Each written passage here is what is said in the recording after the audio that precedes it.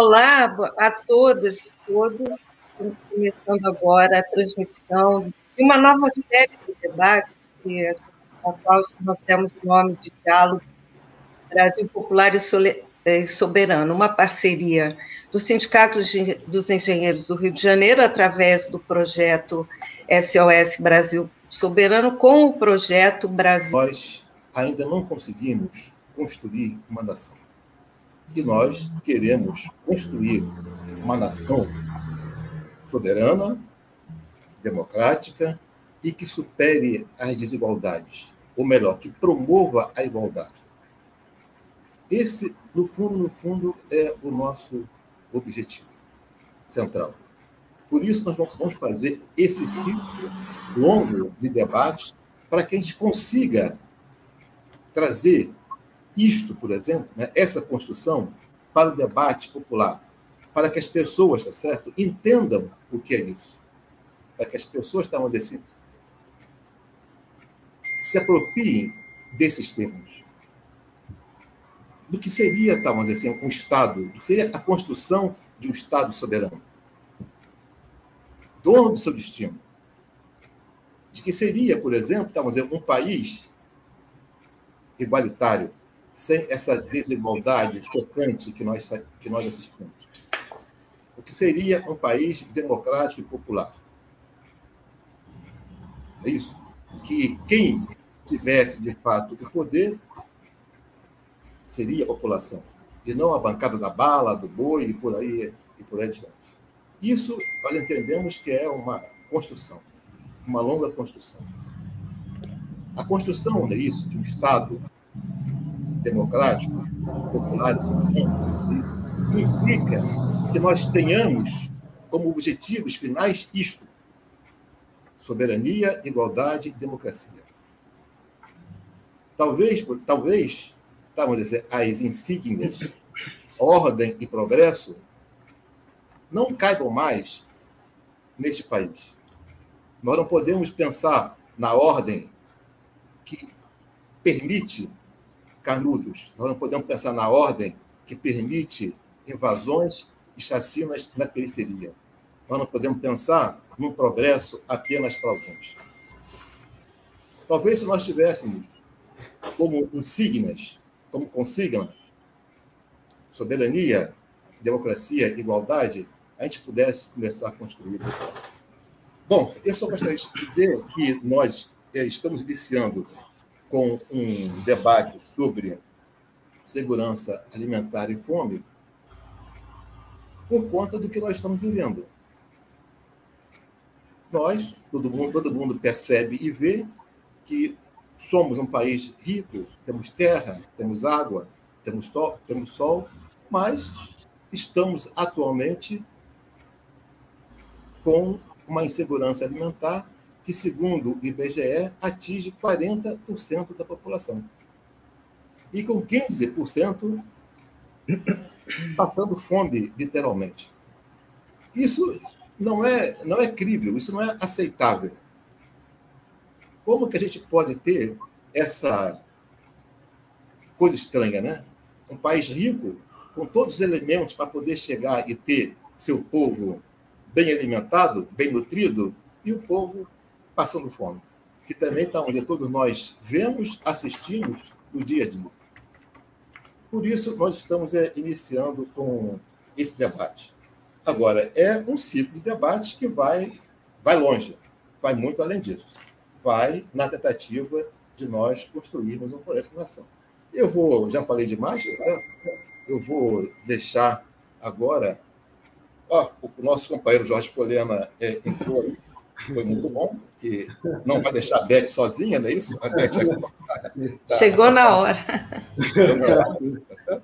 E só queria encerrar que este programa tem, não é isso, a inspiração do meu companheiro João Pedro Stedley, que certa vez, nos instou a fazer esse debate, a fazer essa discussão, que será uma discussão que iremos fazer mensalmente. Muito obrigado a todos por terem tido a paciência de ter me ouvido. Um abraço também aos companheiros da mesa e também àqueles que estão nos assistindo.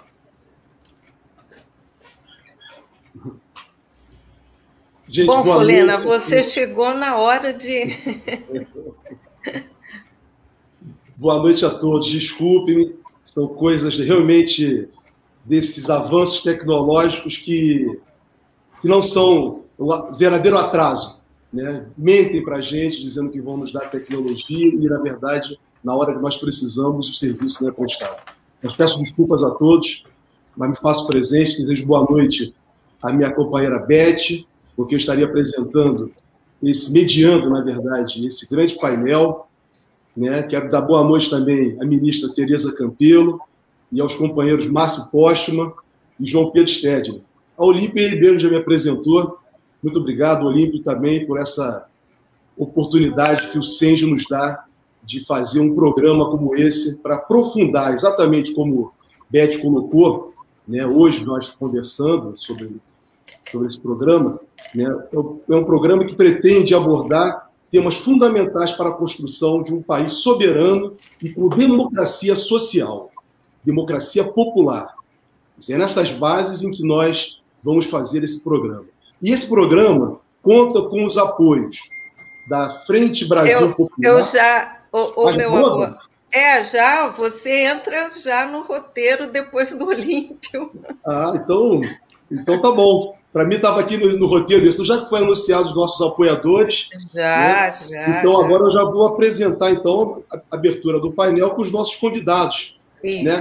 Que são os economistas, né? As economistas Tereza Campelo, Márcio Postman e João Pedro Stedner. E vamos começar exatamente ouvindo, né, o professor Márcio Postman. Márcio Postman, a palavra é sua para nos ajudar a entender as causas, né, o porquê o Brasil hoje, o povo brasileiro está passando fome. Isso é muito grave, é um atraso profundo para um país tão rico, Márcio. Explica para o nosso pessoal isso aí. Obrigado, Jorge.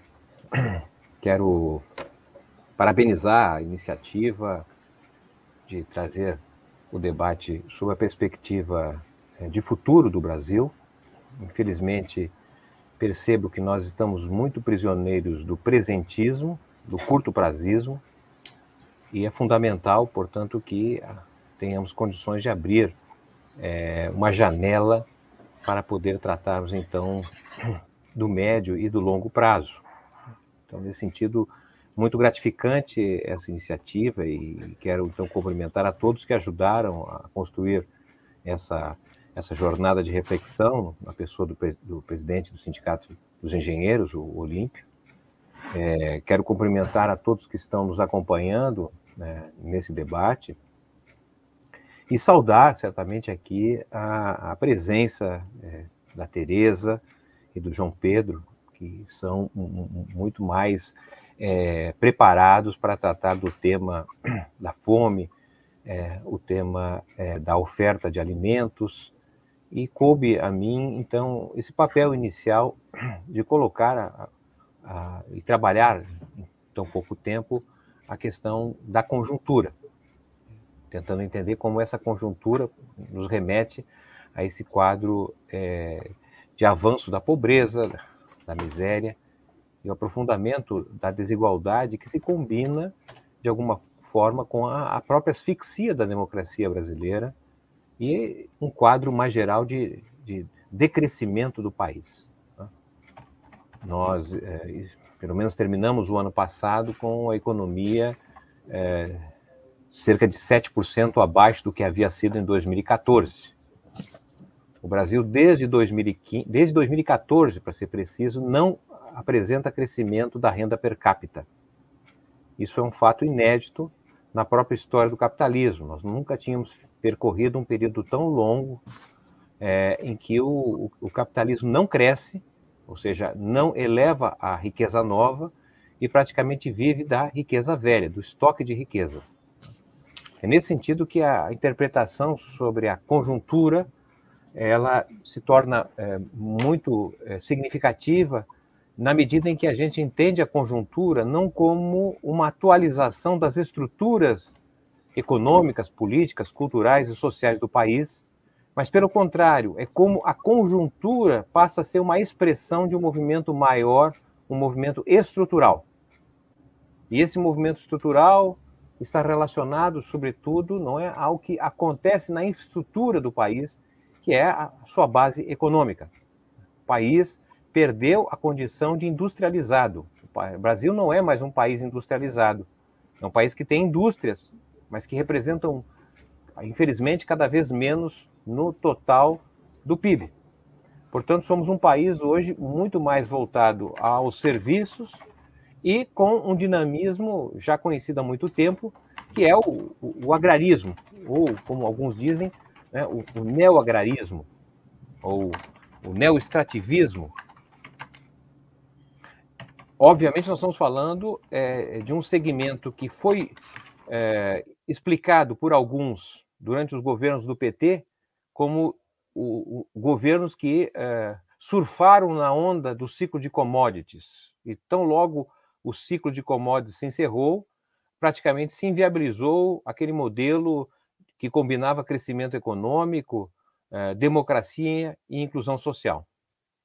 Ora, o que nós estamos vendo no Brasil nesse período é que, de certa maneira, esse ciclo de commodities continua a oferecer resultados em que o Brasil tem crescido a presença no mundo e tem sido uma referência em relação à questão das exportações, à produção agropecuária, produção mineral, e, de maneira geral, nós repetimos o passado. Se nós voltarmos a um estudioso muito conhecido, Josué de Castro, fundamental para entender a problemática da fome no Brasil e no mundo, já a partir do final da década de 40 e início dos anos 50, ele destacava que como era possível um país com a quantidade de terras que o Brasil registrava, com as condições melhores possíveis, um país que era uma das referências na produção e exportação de produtos primários, e, ao mesmo tempo, convivia com aquilo com que Caio Prado Júnior denominou, não é, como sendo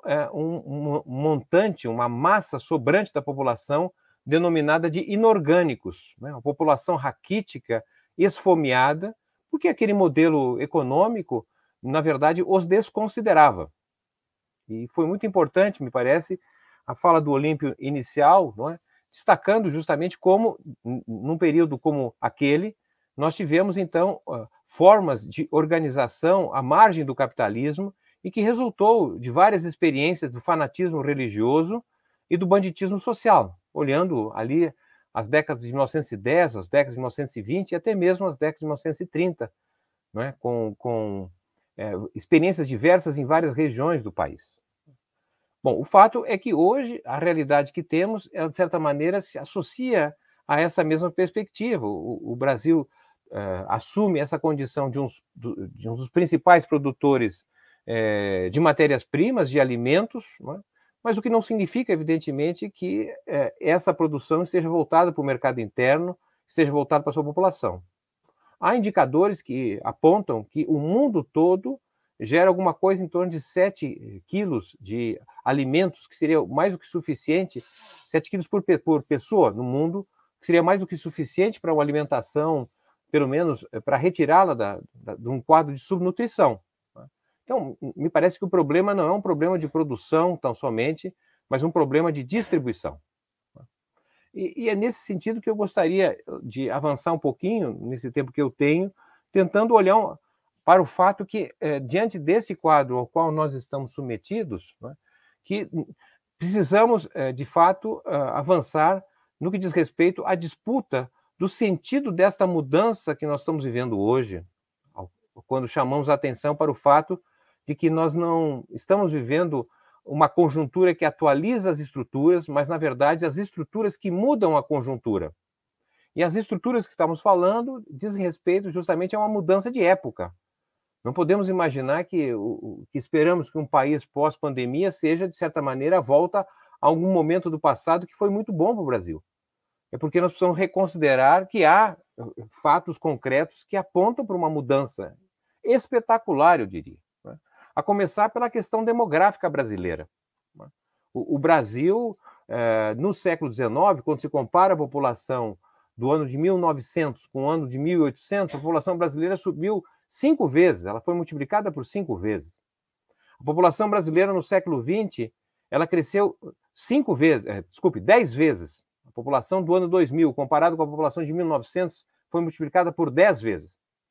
Pela projeção que existe atualmente, e ela certamente será alterada em função do que a própria pandemia apresentou em relação à queda na taxa de fecundidade e o aumento da mortalidade, mas os dados que se têm projetados pelo próprio IBGE e por demógrafos para o ano 2010, ou seja, para o ano 2100, ou seja, no século XXI, a população brasileira vai crescer 4%. Então, o que eu quero chamar a atenção é que possivelmente, nós não teremos pressão demográfica como tínhamos no passado. E mais do que isso, teremos uma alteração substancial na composição da população brasileira. Hoje nós temos a maior população absoluta de jovens de 16 a 29 anos de idade, são 50 milhões de brasileiros, mas a partir de 2040, quando a população brasileira deverá regredir em termos absolutos, porque o número de nascidos será menor, muito menor do que o número de mortos, atingiremos talvez uma população equivalente a 36 milhões de habitantes de jovens. Então, nós estamos, na verdade, caminhando de forma muito acelerada para uma população com maior expectativa de vida, porém, uma população mais envelhecida. Então, esse é um contexto, me parece, muito importante do ponto de vista de pensar saídas em relação à questão da fome e da pobreza, até mesmo considerando pelo fato de que a queda na taxa de fecundidade ela é muito mais intensa para mulheres brancas do que para mulheres não brancas, e, portanto, as projeções já indicariam que lá pela década de 2040, o Brasil talvez se aproximaria de 70% da população considerada não branca. Digo isso porque nós sabemos que a cor da pele no Brasil faz muita diferença, seja para o acesso de políticas públicas, seja para o acesso a mercado de trabalho e assim por diante, né? A questão da desigualdade fortemente vinculada ao tema racial no Brasil. Acredito também que, em termos de mudanças em relação à questão da época, ou seja, por que essa conjuntura está expressando movimentos mais de natureza estrutural, né? Dizem respeito, sobretudo, ao processo de transição ecológica, né? Quer dizer, um novo regime climático que está se consolidando. Há autores que trabalham justamente nessa perspectiva, né, de que a pandemia que vivemos hoje não será um fato, um ponto no tempo, como havia sido em 1918, a gripe espanhola, que foi um acontecimento e se encerrou ali, a partir de 1919, com efeitos dramáticos na população mundial e também brasileira. Se parte do pressuposto que estamos possivelmente contaminados com uma perspectiva de pandemias múltiplas ao longo do tempo, né? E que coloca como centro a questão ecológica, né? E o Brasil tem um passaporte inegável em relação à perspectiva do desenvolvimento no século XXI, que são os nossos biomas, especialmente a floresta amazônica, que apesar da degradação ainda representa 20% das florestas do mundo e 10% de toda a água doce de superfície. Ou seja, é um potencial enorme para o Brasil caminhar com as suas próprias pernas nesse sentido. Também poderíamos falar, de forma muito rápida, a questão energética. Ainda que o Brasil tenha uma matriz energética relativamente melhor do que outros países em relação aos efeitos climáticos, né, de agressão ao meio ambiente, mas ela tem sido sujada, digamos assim, essa matriz, não é, pela utilização de energias fósseis. Mas o Nordeste, a região Nordeste, vem dando um exemplo fantástico para o Brasil. A região Nordeste se transformou, na verdade, num superavitário de energia renovável.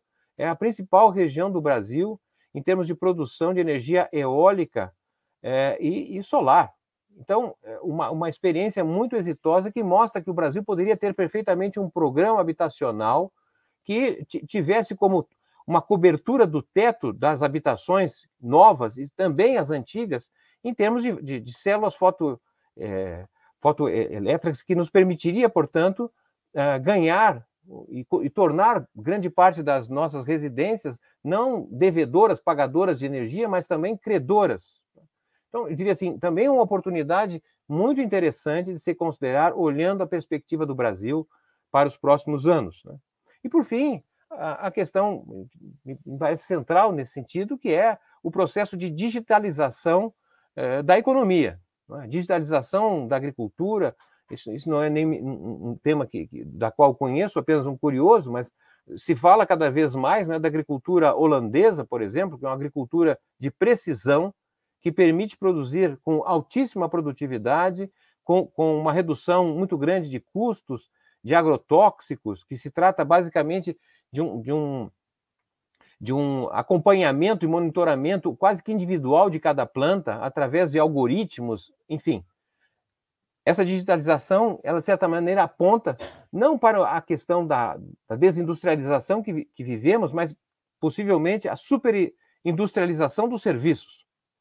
Uma etapa avançada da industrialização dos serviços, que implica potencialidades muito grandes, e até mesmo em termos de redução de custeio do Estado brasileiro, também da economia do setor privado.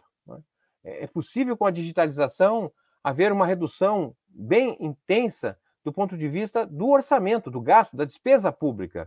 Vou dar um exemplo e ficar por aqui para não avançar os meus 15 minutos. Nós aprendemos, com a pandemia, por exemplo, a acompanhar o parlamento brasileiro, a tomar decisões, bem ou mal, mas, enfim, tomar decisões não pela presença física em Brasília, né? Tem tomado decisões pela internet, como nós, inclusive, estamos aqui nesse diálogo.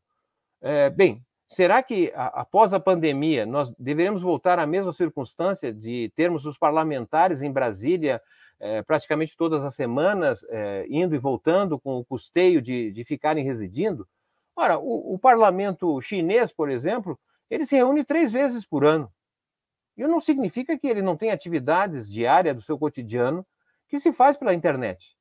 Imaginemos, portanto, as possibilidades em termos educacionais, as possibilidades em termos da telemedicina. Há um outro mundo a ser descoberto melhor em termos de possibilidades e de reorganização naquilo que o próprio Olímpio nos falou, né, de um outro Estado, né, um Estado soberano, um Estado com capacidade de oferecer, em conjunto com a sociedade, de forma participativa e democrática, um projeto que é algo que se almeja dentro da Frente Brasil Popular, dentro do Brasil soberano, uma perspectiva que seja muito diferente da atual. Né? Mas, como sabemos, as ideias não vão mudar a realidade. O que muda é a realidade, somos nós, individual e, sobretudo, coletivamente, de forma organizada, que espero ser um foco desse projeto. Muito obrigado pela oportunidade.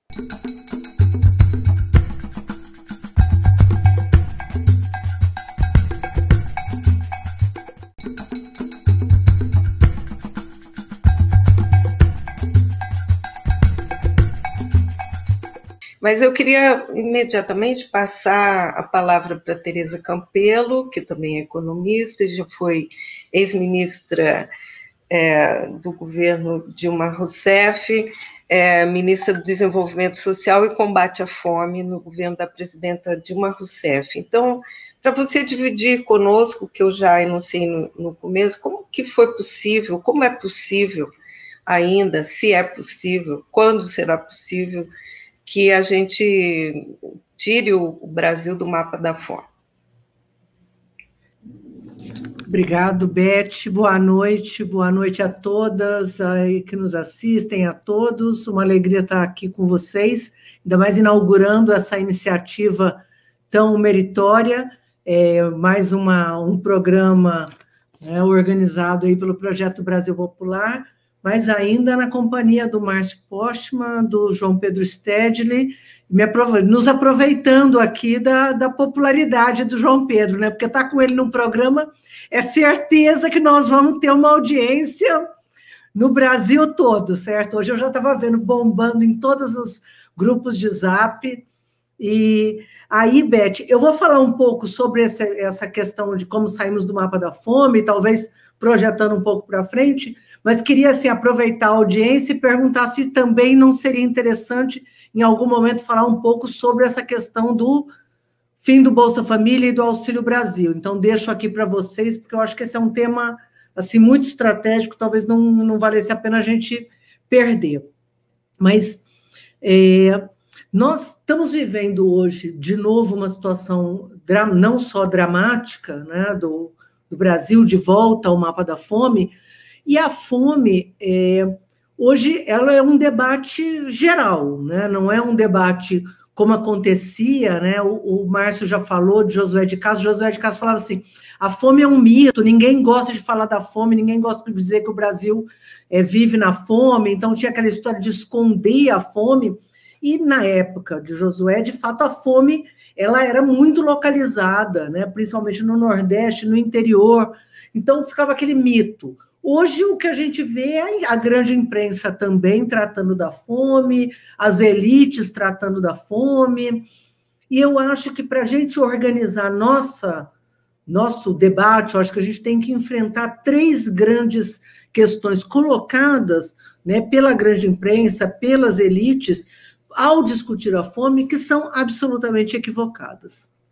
A primeira delas é tratar a fome como sendo um resultado natural, né? Que foi a pandemia, é o Covid, de certa forma, retomando aquela naturalização de que o Brasil tinha fome antes por conta da seca, por conta do povo nordestino, ou o povo é preguiçoso, né? Agora, a naturalização da fome é jogar a culpa no Covid. Eu vou tentar depois dividir aqui com vocês alguns números, mostrando que, na verdade, o Brasil já havia voltado para o mapa da fome depois do golpe de 2016, né, por conta de um modelo de desenvolvimento, de um modelo econômico absolutamente excludente, que não é de desenvolvimento, né, no conceito que a gente usa, e pela destruição das políticas públicas, né? Então, depois eu queria voltar nisso. Então, não é o Covid, já tinha voltado ao mapa da fome, isso nós temos que desmistificar imediatamente.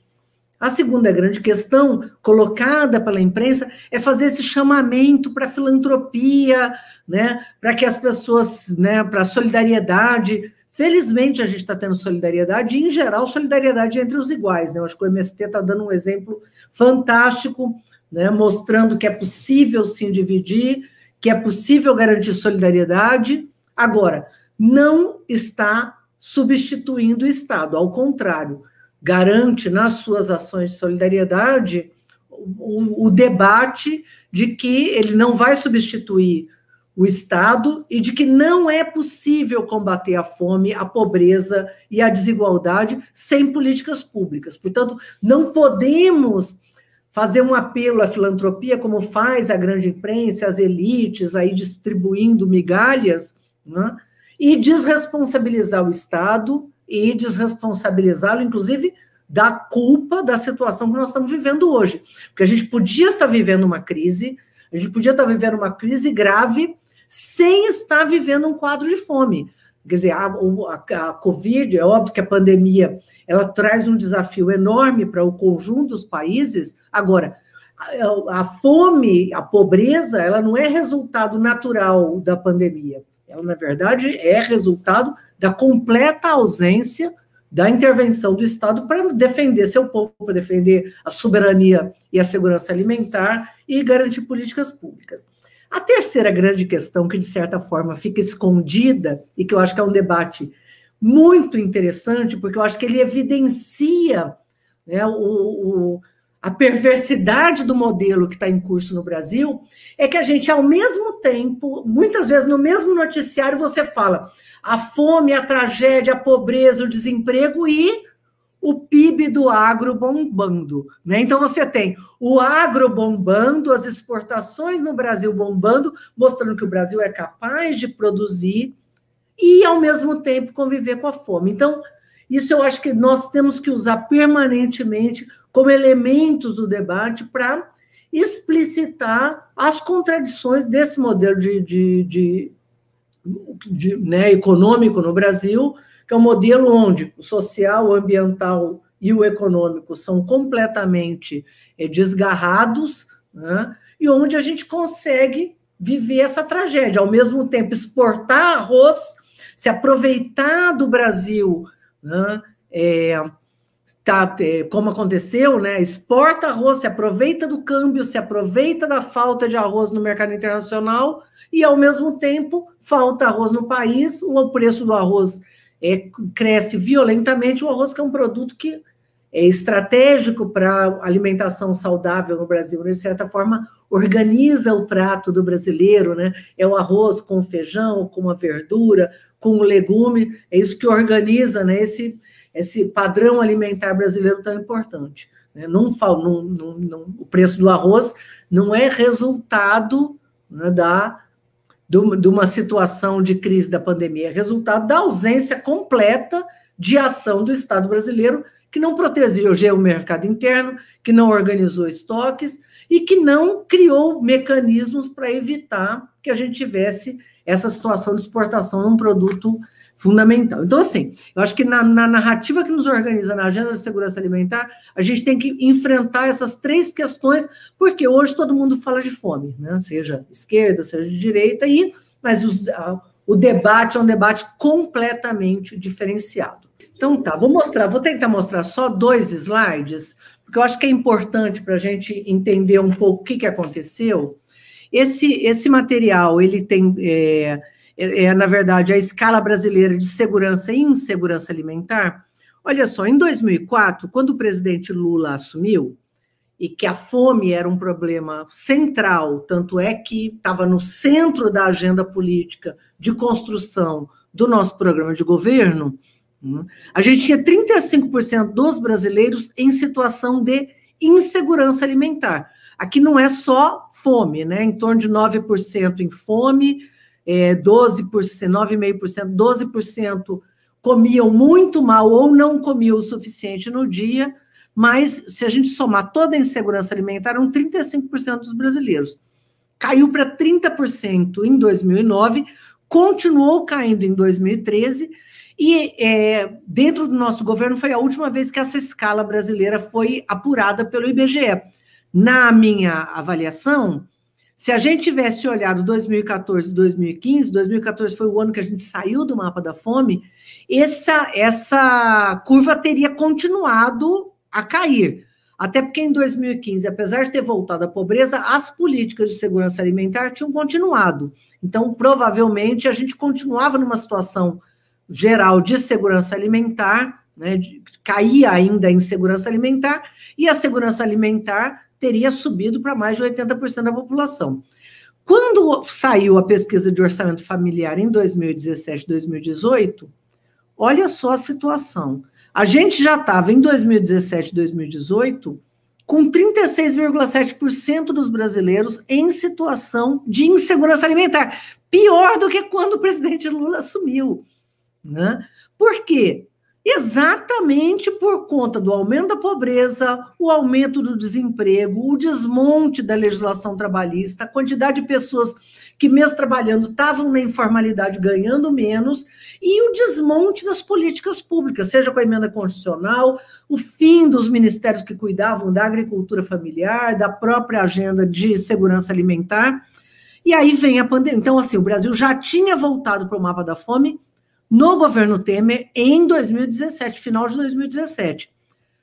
Chega a pandemia e a situação vai para um patamar que, na nossa avaliação, a gente não tem precedentes no Brasil, talvez antes, nesse período aí pós-guerra da época do Josué de Castro. Então, 55,2% dos brasileiros em situação de insegurança alimentar.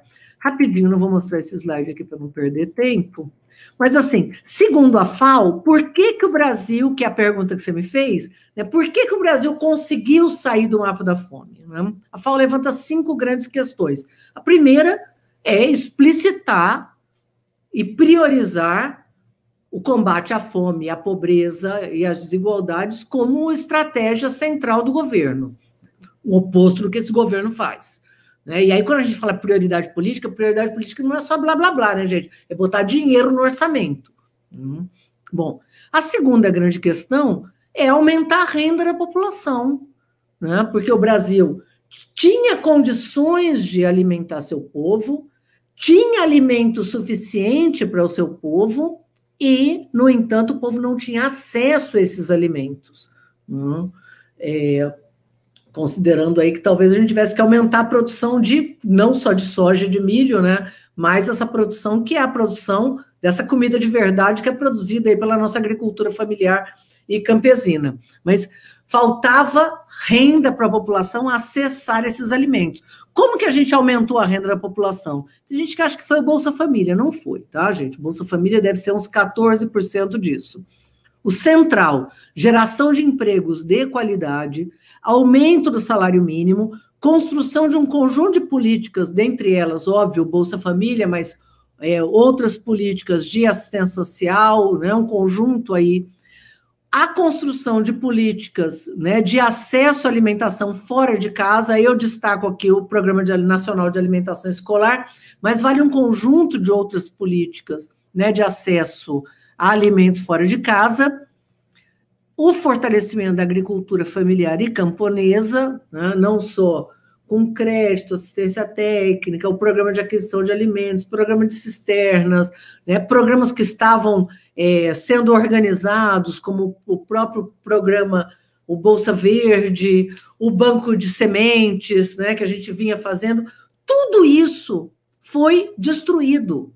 Né? Não é assim, diminuiu, foi destruído, foi desorganizado, e alguns deles não foram destruídos na prática, quer dizer, não foram destruídos na lei, mas na prática estão agonizando, né? Como é o programa de cisterna, que não tem recurso, e assim por diante, o PAA. E a quinto ponto, a questão de um sistema nacional que estava em construção, de segurança alimentar e nutricional, de soberania, e o próprio Conselho. Tudo isso, né, eu acho que a fome, a pobreza, a desigualdade são fenômenos complexos, têm que ser, né, enfrentados com políticas multidimensionais, certamente não são só essas, né, talvez, como o próprio presidente Lula diz, vou parar de compartilhar aqui a tela, mas como o próprio presidente Lula ressalta sempre, acho que a gente fez menos do que devia ter feito, né? Muitas das ações estruturais, talvez a gente tivesse que ter apostado menos numa ação gradual, né? Como acho que a própria questão da reforma agrária, algumas reformas que deveríamos ter enfrentado, políticas estruturais, né? Mas muita coisa, mesmo estrutural, foi feita, né? E talvez tivesse que ter avançado muito mais. Então, acho que é possível retomar essa agenda? Eu acho que é possível, não só possível, não, o Brasil virou uma referência, né, de em 13 anos ter conseguido reduzir fome e pobreza no Brasil como nenhum outro país num período tão curto de tempo. Né? Então, a gente não pode esquecer que são, né, toda uma história de exclusão e de desigualdade e de iniquidades e 13 anos num esforço de inverter essa situação. Tínhamos que ter feito mais, né? Tudo isso acho que está colocado. Não podia ter apostado numa trajetória gradual, né? Que eu acho que talvez tenha sido, do ponto de vista estratégico, nosso maior erro, mas é sim possível retomar essas agendas, é necessário retomar, mas eu acho que elas não são mais suficientes para dar conta do atual estado das artes, né? Nós estamos com um processo de desmonte gigantesco no país, da maior parte das ferramentas que a gente tinha na mão para executar essas políticas.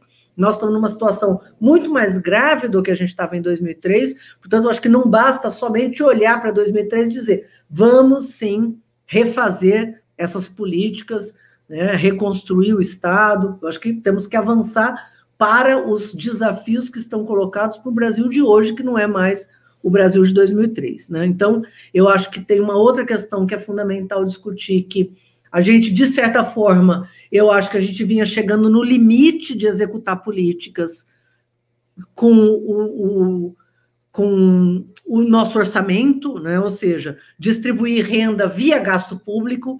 Eu acho que era necessário ter avançado do ponto de vista de uma reforma tributária e garantir não só, né, como o presidente Lula vem dizendo, não só colocar o pobre no orçamento, mas colocar o rico e o muito rico no imposto de renda, né, e aí no imposto sobre grandes fortunas e assim por diante. Então, não é suficiente para o nível de desigualdade do Brasil somente enfrentar e reduzir pobreza, fome e desigualdades com o orçamento público, é necessário, né, com gasto público, é necessário avançar para o outro lado, que é garantir não só o aumento da receita e com isso reduzir a desigualdade, cobrando de quem é rico, mas usar esses recursos como fonte para avançar, né, em mudar o padrão de desenvolvimento excludente que nós temos. Então, eu acho que já estourei meu tempo aqui. Mas muito obrigado pela sua exposição, Tereza, e a referência foi exatamente, a senhora foi uma ministra,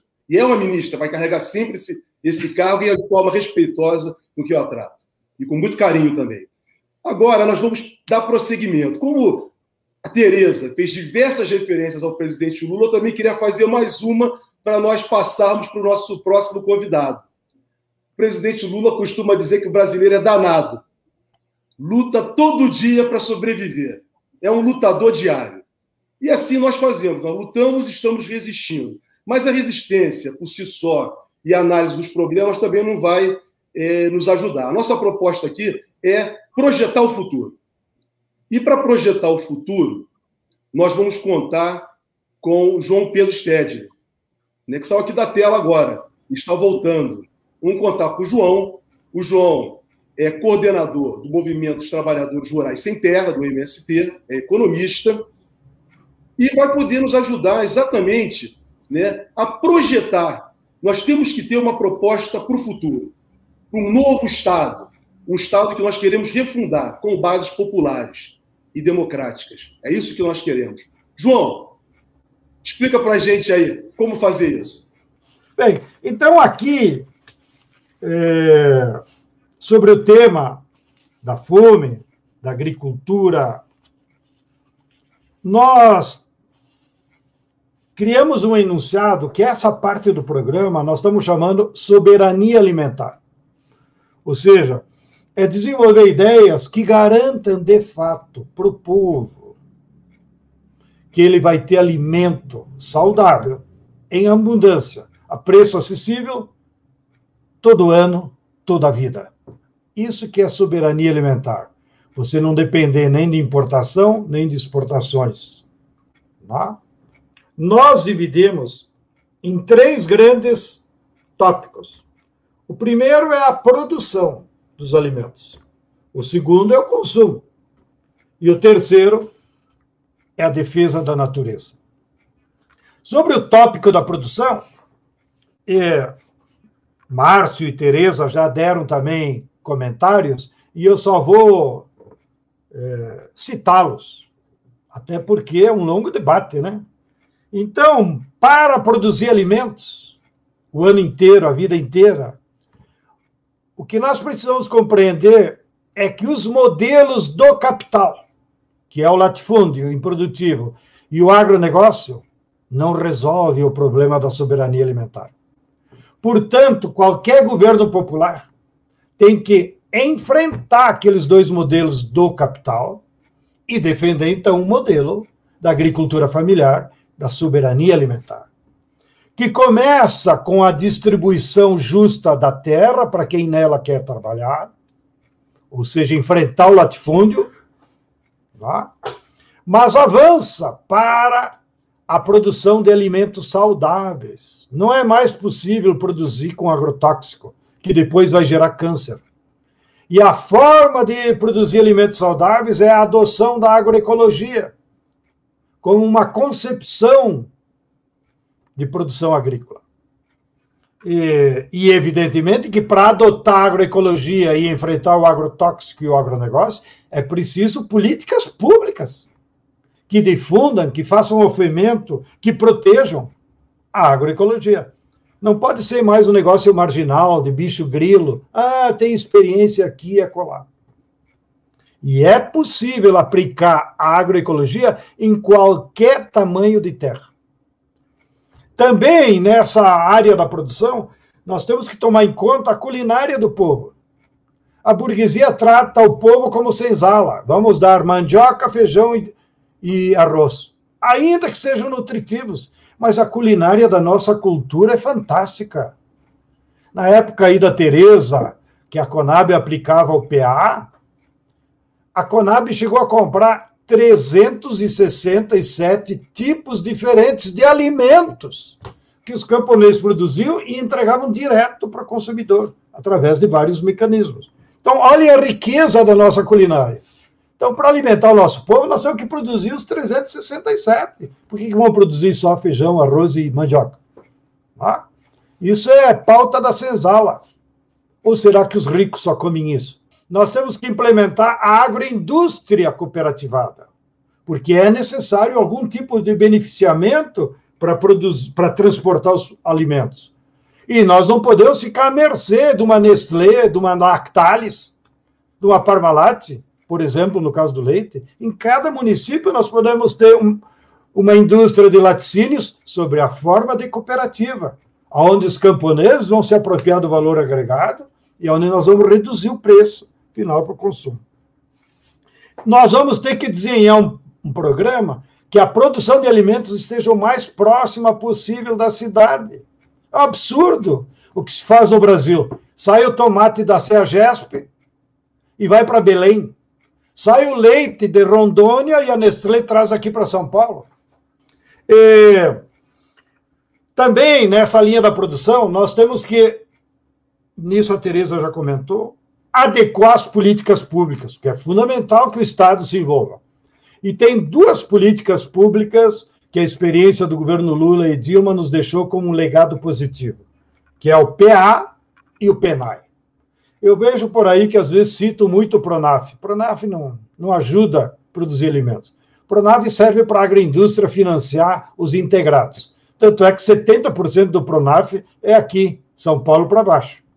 Tá? Então, nós precisamos de potencializar o PAA, Programa de Compra Antecipada de Alimentos. Esse é o programa fantástico para garantir alimentos. E o PENAI, porque o PENAI é alimento para as crianças, para a merenda escolar. E também é um programa fantástico, porque permite que as prefeituras comprem alimentos no seu município, para as crianças daquele município, de maneira que a merenda vai ser muito parecido do que as crianças já comem em casa, na mesa culinária, e fortalece. Provavelmente o pai dela é que vai produzir, vai vender para a prefeitura, para ela se alimentar. E, por último, 2 tópicos ainda na produção, que é o tema da pesquisa agropecuária, que é uma vergonha. 90% das linhas de pesquisa da Embrapa é para o agronegócio. Se eles não produzem alimentos, então por que tem dinheiro público nisso? Nós temos que readequar para que a Embrapa pesquise alimentos. 80% de suas pesquisas e pesquisadores devem ser para alimentos, e não para commodity. Tá? E, finalmente, ainda na produção, tem o tema da mecanização agrícola, que está ligado com a industrialização do país. Nós temos que criar uma enorme indústria de máquinas agrícolas no Brasil voltadas para o camponês. Não é justo que o camponês tenha que sofrer com seu sacrifício, usar sua energia humana para poder produzir. Para todas as atividades agrícolas, há máquinas já desenvolvidas no mundo. Nós temos os 3 principais países que são uma referência de máquinas agrícolas para camponês, que é a Alemanha, historicamente, a Coreia do Sul e a China. Olha, 3 países onde a vida é muito boa. E os camponeses não saem da terra. Por quê? Porque pode usar máquina. Aqui eu fiquei brigando 10 anos aí com o governo para criar uma Embrapa. Criaram. Aí virou coisa de burocrata lá, ficam financiando projetinho, confundiram a Embrapa como se fosse um FINEP. A Embrapa tem que ser a Embrapa das máquinas agrícolas para agricultor, para camponês. E desenvolver tecnologias, trazer tecnologias de outros países e estimular a indústria nacional a produzi-las. Bem, estou me passando um pouco do tempo, Jorge. Vou acelerar mais agora. O segundo tópico é na área da consumo, que também o Márcio e a Tereza já anteciparam, e eu só vou pontuar. É fundamental, para se alimentar, tem que ter renda. Esses dias o Graziano, num debate, disse que tem provas aí da FAO, em relação a todos os países e aqui no Brasil, se nós tiver a renda per capita de 1 salário mínimo por pessoa, essa família terá renda suficiente para comprar alimentos necessários, com uma cesta básica razoável. Então, a renda é fundamental. Senão, eles vão ficar sempre pedindo esmola. Segundo tópico, o emprego. E o emprego aqui no Brasil, me alegro que esses dias eu vi o Márcio, já para provocá-lo, também ajudando a criticar a terceirização e o Uber. Gente, no futuro aqui no Brasil, ou nós reindustrializamos o país, porque é preciso roupa, sapato, comida, casa, vidro, lâmpada. E isso não é o Uber que vai fazer, não é o setor de serviço. É a indústria. Então, a indústria é fundamental para o desenvolvimento das forças produtivas e para resolver as necessidades da população. Então, nós temos que combater essa ideia dos neoliberais aí, que no futuro tudo é terceirizado, que agora é serviço. Ah, é? Pergunta lá para o banqueiro o que ele come de manhã, de meio-dia, se não tem alguém fazendo para ele. Tá? Terceiro tópico, Previdência Social. Que no governo Lula e Dilma foi fantástico, porque aumentou o salário mínimo, aí automaticamente todos os benefícios da Previdência. E por que a Previdência Social é fundamental para combate à fome? Porque ela chega naquele lá mais necessitado, no desvalido. Chega naquele camponês que está com 70 anos, com problema de saúde, e R$ 1.200 na conta dele faz a diferença. Chega naquele que tem uma pessoa com deficiência. Enfim, os mais necessitados do Brasil são atendidos pela Previdência Social. Então, é importante potencializar a Previdência Social.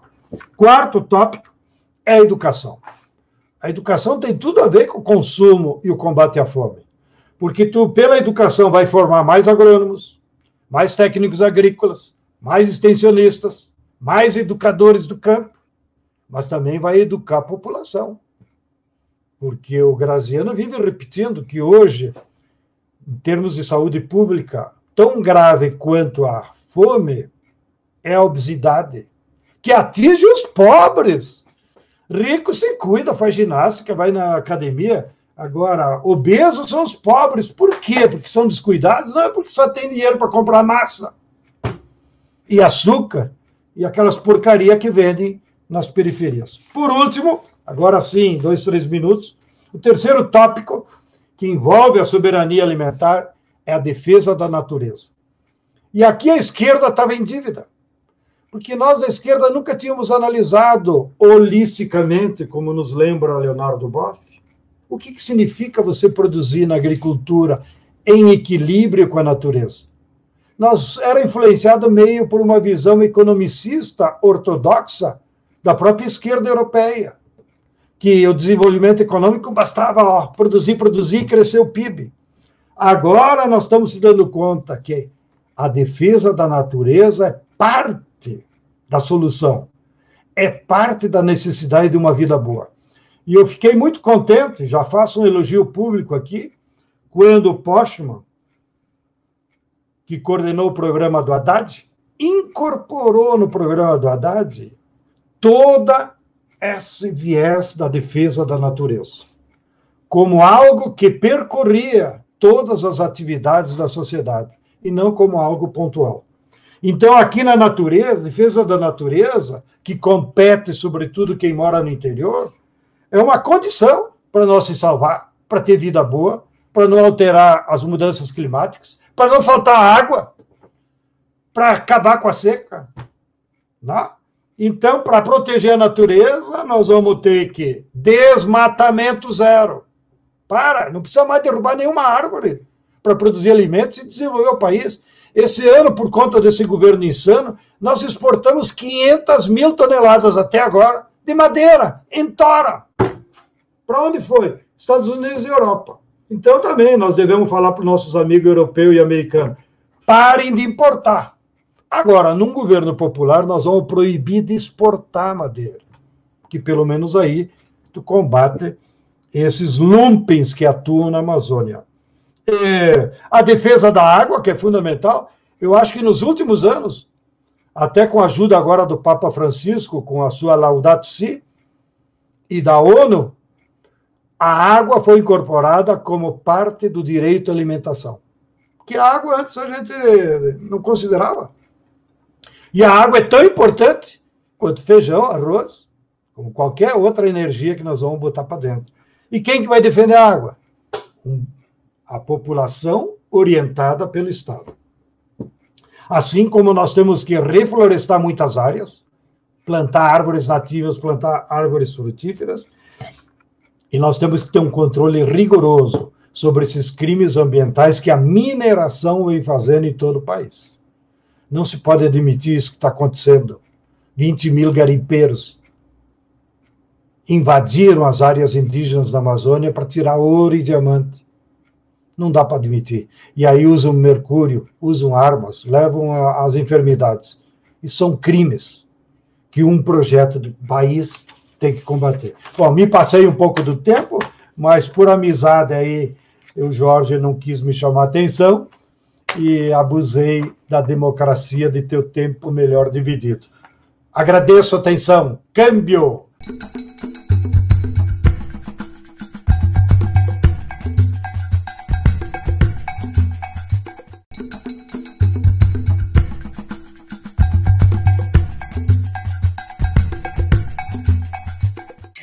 Jorge, aqui a gente, nesse momento, a gente ainda tem um tempo, né, que nós tínhamos destinado para o debate com perguntas das pessoas que estão nos acompanhando nas várias redes sociais, né?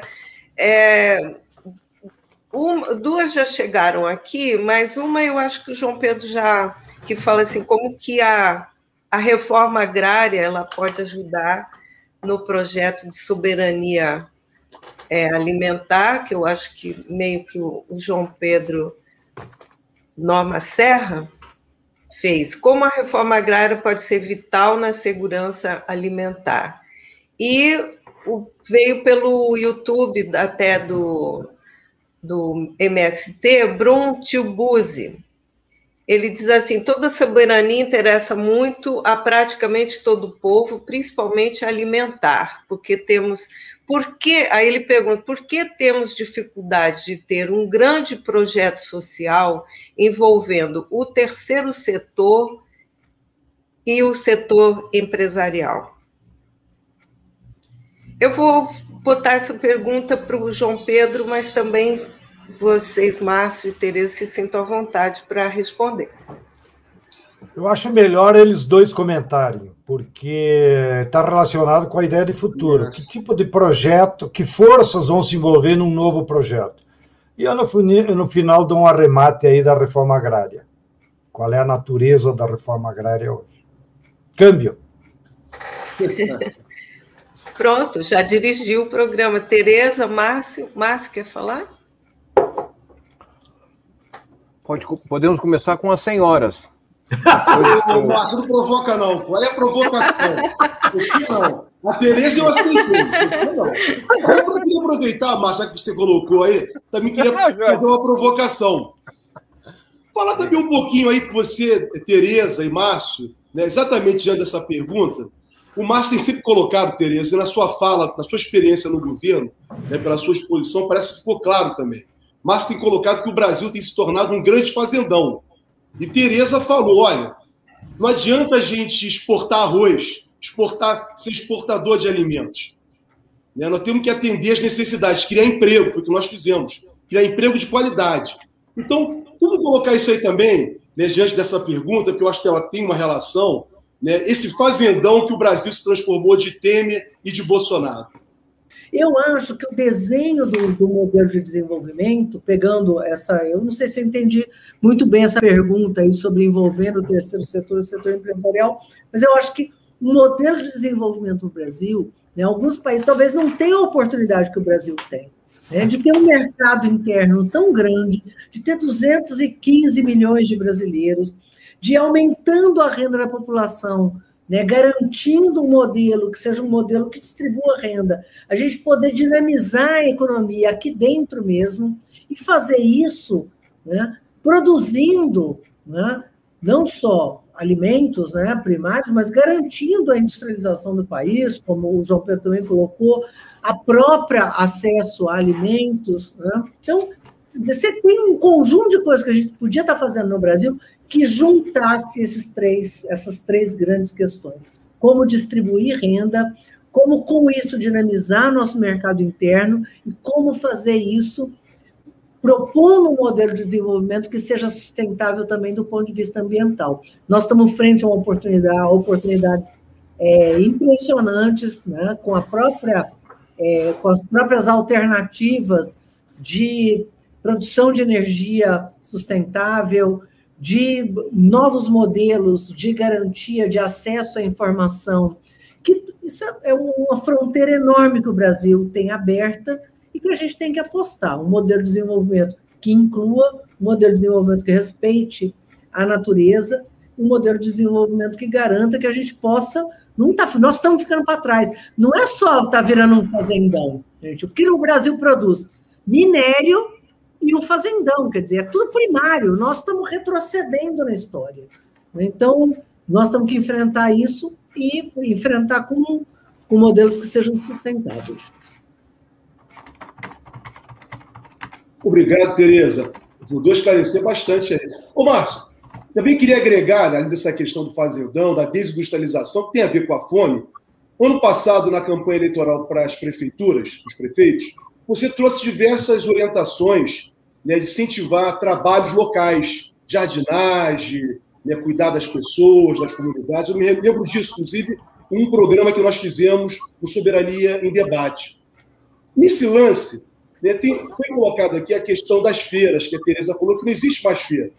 Mas os mercados municipais, as prefeituras não poderiam retomar, né, as prefeituras, né, que são governadas por partidos progressistas, não poderiam retomar os mercados municipais comprando dos pequenos produtores? Olha, Jorge, eu entendo que o problema do Brasil não é um problema técnico, ainda que a questão técnica mereça ser privilegiado. O nosso problema é um problema de natureza política, é como nós podemos ter uma maioria que ajude, de fato, a implementar algo diferente do que está aí. E, nesse sentido, eu queria dizer que me sinto estimulado em função do acompanhamento ao que está em curso no mundo. Eu sempre comparo um pouco do ponto de vista histórico e percebo que nós estamos numa encruzilhada histórica. O Brasil está numa encruzilhada histórica, assim como teve em dois outros momentos. Foi a década de 1930, quando se instaura um projeto urbano industrial, rompe com aquele velho agrarismo, de certa forma, e também comparado à década de 1880, que é outro rompimento em relação ao que era o Brasil diante do trabalho escravo, a instalação do capitalismo e assim por diante. Nesses momentos, haviam projetos distintos, né? Certamente o projeto dos abolicionistas, Rui Barbosa, Joaquim Nabuco, para citar alguns, era muito diferente do que de fato ocorreu. Não é? Mas o sonho deles não se viabilizou plenamente, ainda que parcialmente ocorreu, porque a base política, né, a maioria política foi insuficiente. Assim como 30, os tenentistas não almejavam apenas tão somente um projeto de urbano industrial, almejavam reformas profundas, mas na década de 30 nós tivemos o maior partido popular do Brasil, foi a Ação Integralista Brasileira, que chegou a ter quase 1.400.000 filiados para um país que, na época, tinha um pouco mais de 30 milhões de habitantes, 100 jornais à sua disposição, 3.600 núcleos de organização.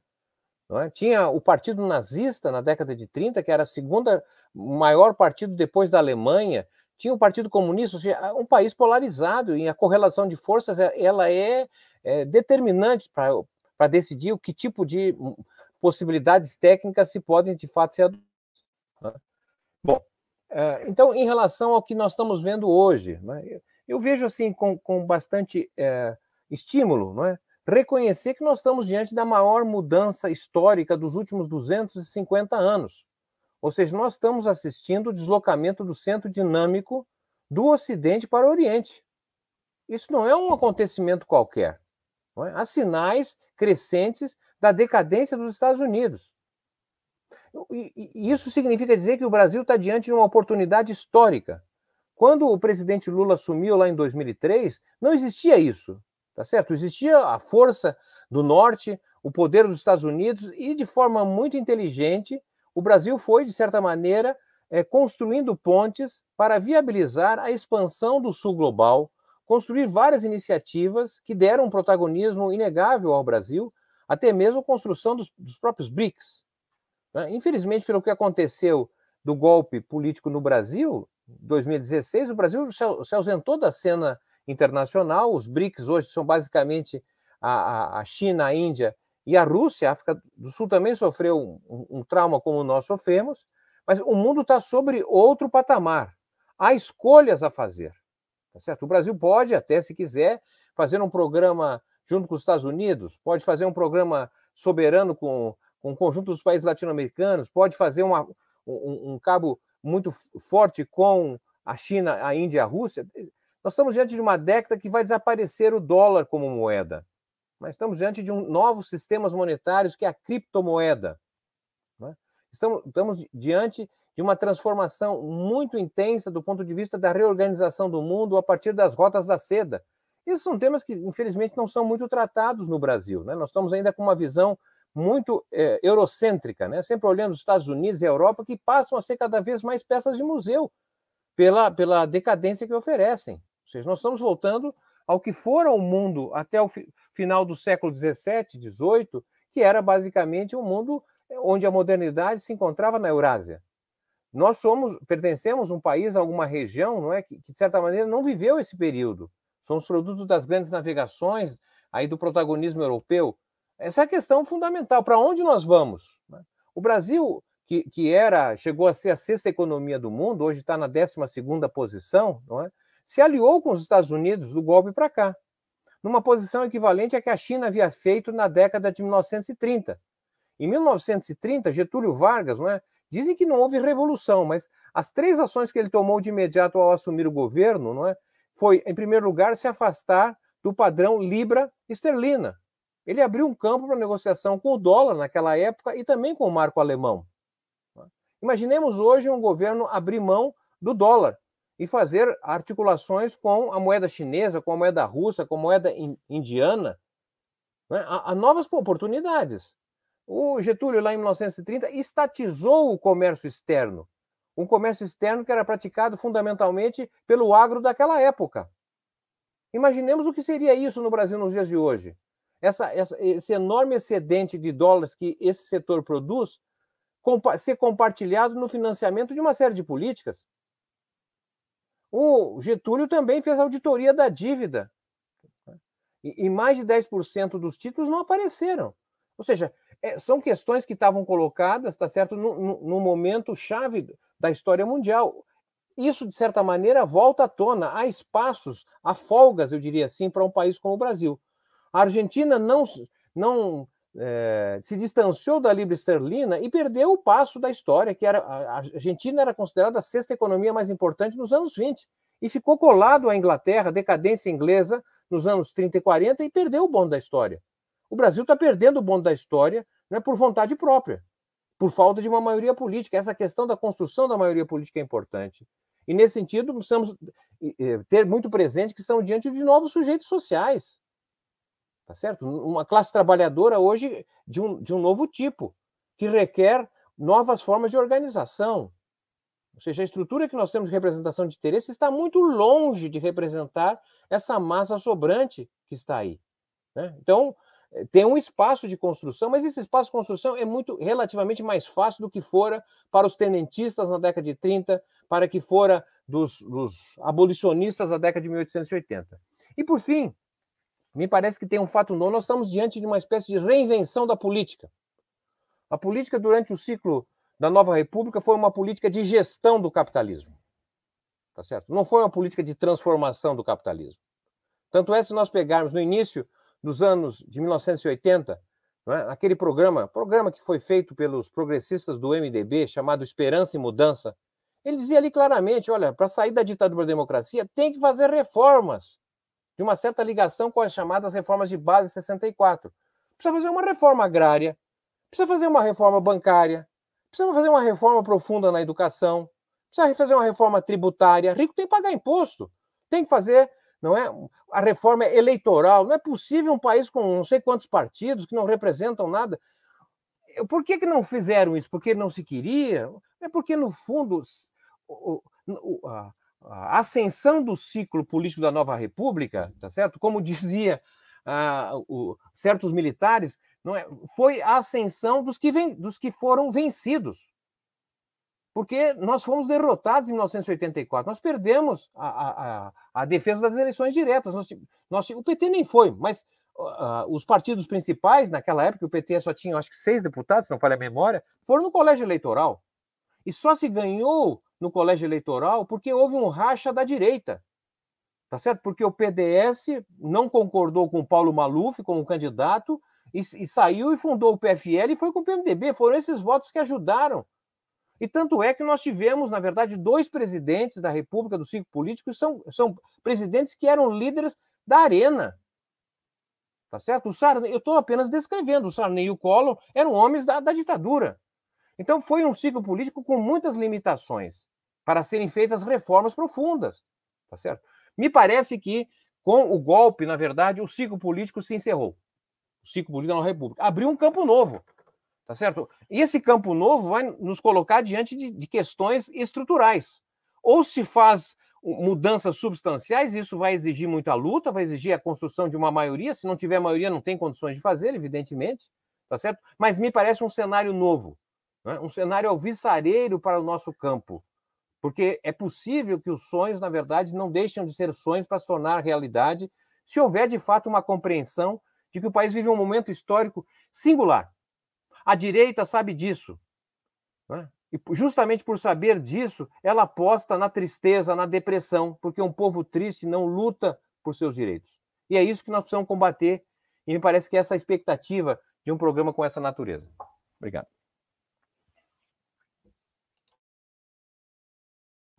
Obrigada. Muito bom. João Pedro. Muito bem, eu fiz a proposta, agora me arrependo. É, né? Porque nós devíamos terminar o nosso debate com essa fala do Márcio, que ele apontou Sim. os dilemas da sociedade brasileira para o futuro. Mas a ordem dos fatores não altera o resultado, né? Então, vou aproveitar aqui essa última participação para dar alguns pitacos mais na minha área, já que foi provocado, e porque o tema basicamente era a soberania alimentar, mas o projeto de soberania alimentar depende dessas mudanças estruturais. Então, vamos aos comentários, pitacos bem pontuais.